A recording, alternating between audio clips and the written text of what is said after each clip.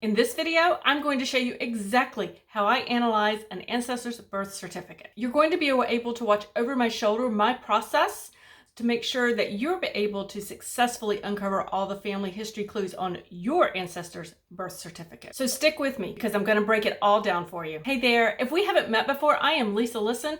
I am the owner and creator of the Are You My Cousin YouTube channel and website.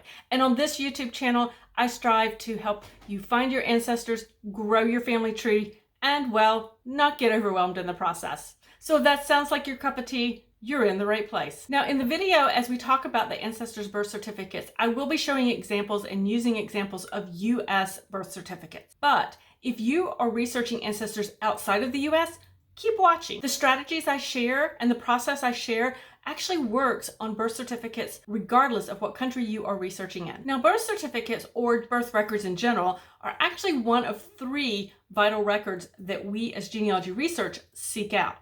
Obviously, the other two are marriage records and death records. But our focus today is on that birth certificate. The birth certificates, as we know them, are actually relatively modern records as far as genealogy records are concerned. Many states did not require registration of births or the issuance of birth certificates until late 1800s, early 1900s. So for instance, in the state of North Carolina, birth certificates were not required to be issued until the year 1913. So if your ancestors were born, in 1905, well, you would not have expect to find a birth certificate from the state. Make researching your ancestors' birth certificate even trickier. Just because birth certificates were required starting at a certain year, oftentimes full compliance across the state was not achieved for several years. So for instance, in North Carolina, once again, if birth certificates were required to be issued starting in 1913, well, that's good. But full compliance across the state did not actually occur until the First World War. That means if you are researching an ancestor's birth certificate and you do not find it, even though one should have been created, that does not mean that you were researching or missing something in your research or you were doing something wrong. It means there's a possibility it wasn't created. So the first thing you can do for your research when it comes to looking at birth certificates and analyzing them is actually making sure that one was created. And once you determine that that birth certificate was created and you find out where it is, you will need to check and see if you actually can get access to that birth certificate. Privacy laws in many states restrict who is able to see that birth certificate at what time. In other words, many states will limit the access to a birth certificate until 100 years after the birth of that child.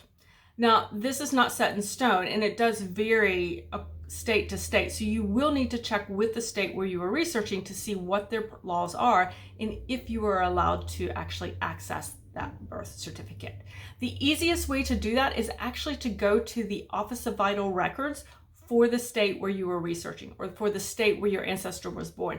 And then you can look and see what their requirements are for you as a researcher to have access to that birth certificate. Now for this video, I am going to actually be walking you through a birth certificate. I will be looking at the one for James Lester Howard, who was born in 1915 in Lee County, North Carolina. I'm going to turn the camera around so that you can watch over my shoulder, you can see my screen, and I'm going to walk you through step by step analyzing Lester's birth certificate. Okay, so I'm going to have you look over my shoulder at this birth certificate for James Lester Howard to see the process that I go through. This is James Lester Howard. He went by Lester. This is my actually my grandfather. And let me enlarge this a little bit. There we go. So the first thing that I'm going to do, I do make note that, the name, his full name, which was James Lester Howard. We do know that he went by Lester, but we also know that James is a common family name. He was born in Lee County in the Cape Fear Township. So this gives me a piece of information that puts that family in a little bit more of a certain area of that particular county. So that's very helpful to me, even though I don't have necessarily a street address for this family. We come on down, so there's not a whole lot else left up here. Sometimes what they would do would be able to put where the child was born. You might find an address here. I do not always find that, but when it's there, it's a very valuable piece of information there. Unfortunately, it's not here. Okay, so we do know that this is a little boy. Obviously, he was a little boy. He was not a twin, triplet, or other. So this is, if there was a plural birth, they're going to ask, how many children were born and what was the birth order of those children. So what would he have been? He was not. He was a singleton. His parents, were they married? I know that's hard to read, but that says parents married. Let me see if I can get that bigger. There you go. Yes, his parents were married. What does that tell me? It tells me I can actually pursue for a marriage certificate for his parents because they were married. And we have the specific date of his birth, which is obviously a lot of times what we're looking for on this birth certificate. But we're also looking, as genealogy researchers, we're looking for those other family members and generations. So in this case, here we have Connie Howard is the father and Maddie Maddox is the mother. Perfect. We've got the father's full name. We've got the mother's full name, so we know who we're looking for to pursue a marriage record for them. So marriage record goes onto my research plan for Connie Howard and Maddie Maddox. And because the child was born in Lee County, and as I look down here, one was born in Moore County, one was born in Chatham County. They are neighboring counties, guys. I would look in those Moore County and Chatham County for that marriage record. Here we have the residents. They obviously this is a rural address out of the Jonesboro area. So this is very helpful because it does allow me going forward as I'm looking at census records, as I'm looking at other records that I'm in that Cape Fear Township, I'm in the Jonesboro area, then I know that I'm onto the right family or family grouping. So this is helpful to know in that case. We know that the father was white. He was 24 years old. So that allows me to calculate back to his birth year. So that's an important piece of information. And then I could perhaps pursue other confirmation on his birth. Again, born in Moore County. He was a farmer. And he went to public school. So I thought this was an interesting piece because they do have educational attainments here. So this is good to know because since he went to public school, perhaps depending on the time period, I might be able to find a yearbook or something like that of the local school. So this would be something I would put on my research plan. Further down, it would not be a high priority for me to look at because likely given the time period, it probably wouldn't pan out given the early time period. This is a very rural area, but I would put it on my research plan anyway to be complete and to look at in the future. Now, the other thing, I want to take a really close look at the mother, Maddie Maddox over here again. They lived in Jonesboro. She was white, but she was 33 years of age. So she was actually 9 years older than her husband. And so this was a little bit different, but this would have been, and this is her first child. So this is an interesting, just to note that she was a little bit older than he was. She was born in Chatham County and again, public school. So the same things would apply here in looking perhaps for a school yearbook. Though, given that she was older and we're looking at this time period, I likely would not find anything. I would just, for completeness, put it in my research plan, but knowing that would not be my first thing that I'm going for. All right, I want to enlarge this just a little bit more. Okay, number of children born to this mother, including present birth, 1. Okay, so this is her first child born, and of course he is living. So she's only had 1 child. So she definitely was a late bloomer. This was her first child, so we don't have any other children born out of wedlock or from previous marriages, which she had none. We do know that he was born live and that the doctor attended him. So we know that the doctor was Leon Watson. And I actually, in the records, will see his name show up. So I will make note of his name, pop it onto my research plan so that when I get stuck, whether it is with this family or another family in the area, then I would actually see if he perhaps had any private papers that ended up in the local historical society, because sometimes that's a way to get a lead on an individual. His address was in Broadway, and so that's helpful for me to know. This gives me, again, it's placing this group of people in this particular area of the county of Chatham County or Lee County, and so I am able to, again, keep them as a group into that area. So that's always an important piece of the information to find out. So there you have it. Those are the pieces that I pull out from this particular birth certificate for James Lester Howard that I would then put into my research plan going forward. Okay, so welcome back. I hope you found walking through that birth certificate helpful. If you're enjoying learning about how to analyze your ancestors' birth certificate, be sure to hit that like button below and let me know. You will find as you research birth certificates from different states that there will be slight differences in the information required. Typically, they request very similar information, but you may find things done just a little bit differently. I'm going to turn the camera around one more time because this time I'm going to show you and walk you through an example of a birth certificate from the state of Arizona. So let's head over to my laptop. Okay, so I want to show you an example of a birth certificate from Arizona. And so this is one that if I were looking at cold, so say I didn't know much about this individual, I'm going to look at it cold and kind of give you my rundown and process of how I go through this birth certificate and what I'm pulling out to add to my research plan going forward to learn more about this individual. So the first thing I would do certainly is when I'm pulling this, and I would look at the name, obviously the name of this child, so it's Albert D. Smith, very common name. We have the hospital where the individual was born. Again, if this birth had happened at home, you would likely see an address. And if you see an address here, you want to pursue that because maybe it's the home of the parents or maybe it's the home of the grandparents. So there would have been a reason there. But this child was born, I believe this is St. Mary's Hospital. It's a little hard to read. All right, so moving through, there's nothing else here. They don't tell me at this point county or district or town or city. That would have all been helpful if they had that, but they don't. So you go with what you get. All right, we know that this is a little boy. We know that this child was not a twin, not a triplet or other. So this is a single birth. So this is important to look at because it's possible there would have been other, multiple births at this point.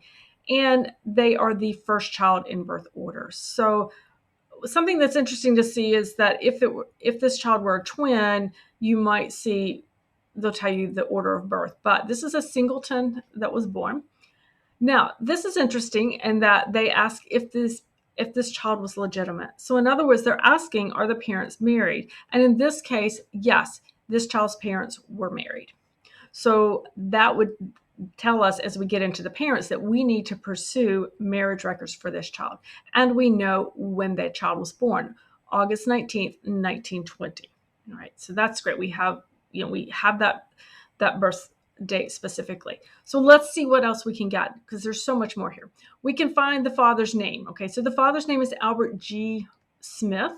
We know where the father lives. So we have an actual spot that we can put on the map that we can go to. This is important, guys. This tells us, one, we want to see, does it match the mother? So the mother is Mary and her maiden name looks like, I'm going with Conway. We'll look at that. But because the child is legitimate, then we know that they were married. So we would want to find a marriage record for this couple. And we could search the records for that. We know that where they live. So we have the actual residence address. So we could go into the city directory and we could find their listing there. We could see if there are other people living close to them, other people with the same surnames. Perhaps we're looking at families. From that city directory, it's possible to get Albert's occupation sometimes. That would lead to perhaps occupational records. So my takeaway here is that because I know where this family lived, I want to pursue them in the city directories to see what other information I can pull out. So city directory search goes onto my research plan for Albert Smith for as a child, but also, for his parents there. We know that the family their race is white. We know that the father was 26. The mother was, it looks like this is 21. Looks like there was tape over it. So we have the approximate age. Wonderful. We can now estimate the birth years for each of the parents. Another important piece of information to see if, where they were. The father was born in Ohio. That's an important piece of information to know. So we can then look for a birth record in Ohio 26 years previously. And the mother was born in Georgia. This is an interesting thing because we were looking at Arizona. This tells us a little bit about some migration patterns that, where this area of Arizona people may have been coming from. So it doesn't necessarily give us something to hold on to, but it is something that I would put in the back of my mind to know as I go forward. So looking forward, I would add a search for Albert's birth records or evidence of his record 26 years previously in Ohio. And alternately for the mother Mary, I would look at 21 years earlier in Georgia. I would do a search for her records as well. Now, they do give us the father's occupation, and it looks like manager at, it's at a company, Clintock something company. So I would add this piece of information to my research plan and look at that. Sometimes companies might have their own yearbooks that we might be able to potentially find information about Albert Smith, or maybe even possibly a photograph for this time period. So I would definitely add that to my research plan as well. Marion's a housewife, which is pretty the usual. This is the first child born to this mother. Okay. So we have no other children that we need to try to account for. This is it says number of children to this mother who are now living. So young Albert is living. So this is her firstborn child. And were there precautions taken against the ophthalma, I can't say that, neonatorum. So yes, so there was, for an eye condition that was common, they did take precautions against that. So a lot of information there, right, guys? So we have the child. We know what their birth date was. We know who the parents were. We know maiden name of the mother. We know where they lived. So we can put that onto that research plan. We can put birth record pursuits for each of the parents on our research plan. We can put occupation records on our research plan, as well as that city directory. So coming further down, what we see is mostly about the physician or the midwife. We see who actually delivered this child, or who the attending physician was. And again, I do make note of the physician in the event that I come across physician note, things like that in a special collection at a historical society. Sometimes I do like to look at those. It's probably in this case not going to give me a ton of information given because the child was born in the hospital. But if a child was born in the home, sometimes you can find more recording on that as well. And so it tells us all the legal stuff, all the county type things with the registrar information. So that is what you would find in this Arizona. That's how I would look at the Arizona birth certificate. That's the information that I would add to that particular research plan if I were researching further into the Smith family. Once again, I hope you found that helpful to see a birth certificate from a different state and to see some of the minor differences that you can find across states. Now, the best tip that I can give you as you research any birth certificate, regardless of the state or the country that you find it in, is to really take your time in the process. Do not rush your analysis of that document. Go question by question, look at each answer, and really think through that answer. Does it give you a clue to other records that you could pursue? And what other records does that birth certificate point to that then you could add to your research plan? If you want to learn more about what to add to your genealogy research plan, watch the video on your screen now. What your genealogy research is missing.